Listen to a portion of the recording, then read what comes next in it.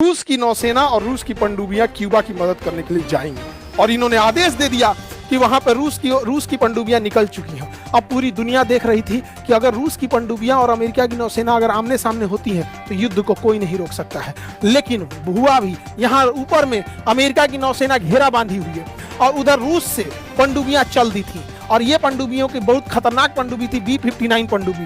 B-59 पनडुब्बियों में परमाणु बम लगा हुआ था और ये पानी के अंदर चल रही थी और भयानक हो गया 27 अक्टूबर की घटना। 27 अक्टूबर 1962 को दुनिया को लगा कि अब दुनिया खत्म होगी। ये दोनों पनडुब्बियां ये सब आमने सामने हो गई सब। यहाँ से 27 अक्टूबर वह दिन था जब रूस की पनडुब्बी और अमेरिका के जहाज आमने सामने हो गए थे सब। अमेरिका की जहाजों को लगा कि शायद लगता है पनडुब्बी आई होगी, तो ये ऐसे ही शॉट फायर कर रहे थे जब समुद्र के नीचे बारूद डाल के ब्लास्ट कर रहे थे कि अगर कोई पनडुब्बी होगी तो ब्लास्ट हो जाएगी।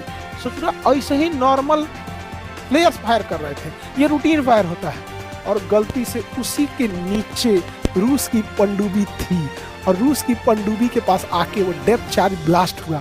जो नीचे जाके बारूद ब्लास्ट होता है उसे डेप्थ चार्ज करते हैं। अगर पास में पनडुब्बी है तो गिरा दिया जाता है, नहीं तो रॉकेट में भर के उसे फेंका जाता है। और जब ये जाते हैं तो पनडुब्बियों के पास जब ब्लास्ट करते हैं तो पनडुब्बी का स्ट्रक्चर फेल हो जाता है और डूबने का खतरा होता है। और हुआ भी वही, इस डेप्थ चार्ज के ब्लास्ट से रूस की B-59 पनडुब्बी का संपर्क टूट गया, मास्को से संपर्क टूट गया। अब ये कहीं से संपर्क ही नहीं कर पा रहे थे लोग, कोई सिग्नल भेज रहे थे, सारा सिग्नल वाला सिस्टम में काम कर दिया। अब जब ये मास्को से चले थे, रूस से चले थे, तो इन्हें सख्त निर्देश दिया गया था कि अगर संपर्क टूट जाएगा तो समझ जाना तुम्हारे ऊपर हमला हो गया है, सीधे परमाणु बम मार देना। अब यहां पर जो लोग थे वो डिसीजन लेने लगे कि भैया संपर्क तो टूट गया है, अब तो परमाणु बम मारना पड़ेगा, कोई नहीं रोक सकता है। तो इसलिए रूस की पनडुब्बियों में परमाणु बम को रेडी कर दिया गया, परमाणु बम रेडी कर दिया गया। लेकिन परमाणु बम को मारने के लिए वहां 3 बड़े अफसर तैनात थे जिनमें तीनों की सहमति होना जरूरी था।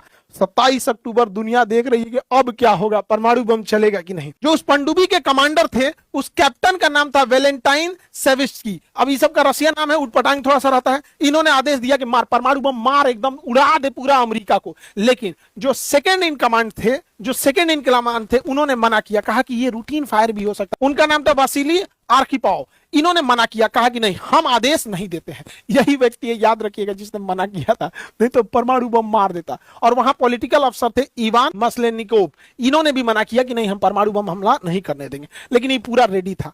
अब हुआ क्या, अब जब इन्होंने ऑर्डर नहीं दिया, तीनों का ऑर्डर होना जरूरी था।